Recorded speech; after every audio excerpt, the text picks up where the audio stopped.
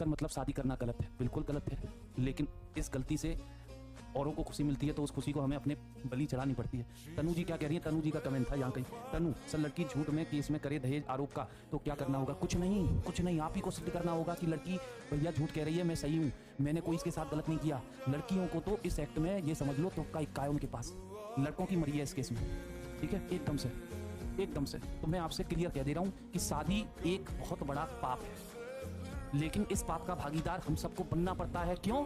दूसरों की खुशी के लिए। शादी हर एक के जीवन का मेला है और उस मेले में सब कोई अकेला है, सब कोई, सबको मौज लेना है, मौज, लेकिन उस व्यक्ति के बिहाफ पर मौज लेना है, उसको बलि चढ़ाकर उसका तो आपने ये समझ लो पूरी सैया तैयार कर दी, बस उसमें आंच लगाना है। वो तो लेट चुका है बेचारा, सब लोग खाना खा रहे हैं, डीजे बजा के डांस कर रहे हैं, बारात में नाच रहे हैं, लेकिन मेरे बाबू लोगों वो तो चढ़ गया बलि। अब उसके आगे क्या होगा वही जाने। उसके आने वाले 7 साल बड़े ही क्रूशियल हैं, क्योंकि ये एक्ट 7 साल तक कभी भी लग सकता है। गलती से कभी उसकी अनबन हुई, खाने वाले तो खाना खा करके चले गए, लिफाफा पकड़ा है 51 का 101 का, चलो घर भैया। दावत बेहतरीन थी भाई साहब आपके यहाँ की, ठीक, लेकिन भुगतेगा कौन? वो लड़का भुगतेगा अब 7 साल। कभी भी अनबन हो गई बीच में, ई महिला थाने में, या अपने पापा से के थ्रू, या अपनी दीदी के थ्रू, या मम्मा के थ्रू थाने में दहेज मांग रहे हैं, सब हो गया था, सब बंटाधार हो गया, सारा का सारा मामला बर्बाद।